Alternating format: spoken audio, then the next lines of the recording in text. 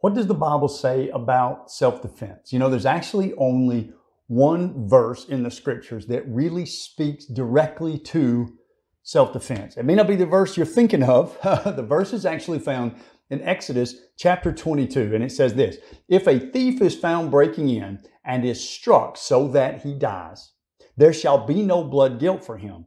But if the sun has risen on him, there shall be blood guilt for him." And that's in Exodus chapter 22, verses 2 and 3 in the law of Moses. And we basically read that this way: if someone is breaking into your property to steal from you or to cause harm to you, or for reasons that you probably can't discern in the heat of the moment, in that moment when the danger is live and real, you are allowed to defend yourself and your property up to the point of killing the other person if they insist on pushing it that far.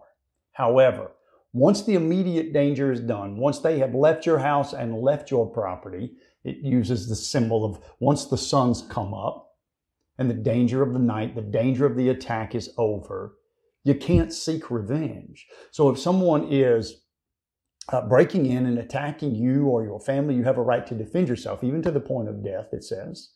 You do not have the right for revenge. So if someone has broken in and done damage to your property or you or your family, they go away, the immediate danger is no longer there, then you need to turn those issues over to the law and to the court. That's how a Christian or a follower of the law of Moses even would handle that issue.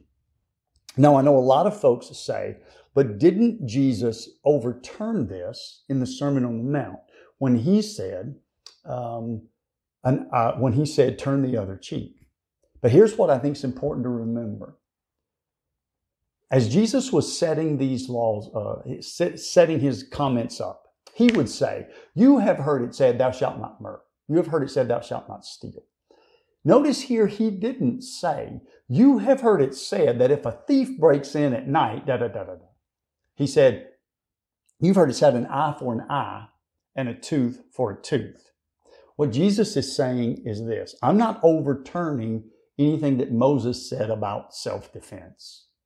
What I'm doing is taking something that's been misapplied. So there's this law of sort of equal justice or equal consequences. So what the law of Moses was saying, and this eye for an eye and a tooth for a tooth was mentioned 3 times in Exodus 21, in Leviticus 24, and in Deuteronomy chapter 19.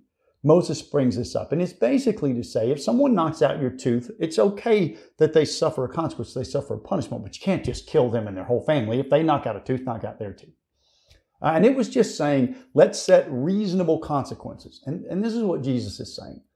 I know you've heard that there should be a just reaction for every infraction, but I say this: if it's just an insult, let it go. That is literally what he is saying. And so the phrase that is used for strike on the cheek is literally the phrase for backhanding someone on the cheek. A commentator, a relatively famous commentator named William Barclay, has said that this backhanded slap on the cheek was the most calculated of social insults in the time and in the culture where Jesus lived. And so Jesus is saying, I know there's this law, there's this idea that's steeped in the law of Moses about equal retribution. But I'm saying to you, if it's an insult, even if it's a calculated, public, humiliating, degrading insult, instead of equal justice, just let it go. And so I think what we would take, now we're not under the law of Moses today. Jesus told us that he came to fulfill the law of Moses. The writer of Hebrews is very clear that Jeremiah's prophecy that the old covenant would pass and a new covenant replace it has come to be. And Paul writes in books like Colossians and Romans that we are now under the law of Christ, not under the law of Moses. But it's the only thing in the Bible that speaks to self-defense. So I would say that the biblical teaching would be this: in the actual danger of the moment, if you or your family or someone is in grave, serious danger, and it's in the heat of the moment and something's not done, negative consequences will happen to someone innocent, that self-defense is approved. It's okay in the heat of the moment. Here's what's not approved: taking revenge. Once the heat of the moment is done and the immediate danger has passed, then you need to turn it over to the law and to the courts. The Bible tells us that God ordained governments to punish evildoers. Turn it over to the God-ordained instrument, the government, to punish the evildoers. Don't seek revenge, but also don't return insult for insult. Now, in today's culture, because we don't have the kind of class hierarchy that they would have had in those days, we don't do a lot of backhanding to each other when someone from an upper caste wants to backhand someone from a lower class to kind of remind them and keep them in their place.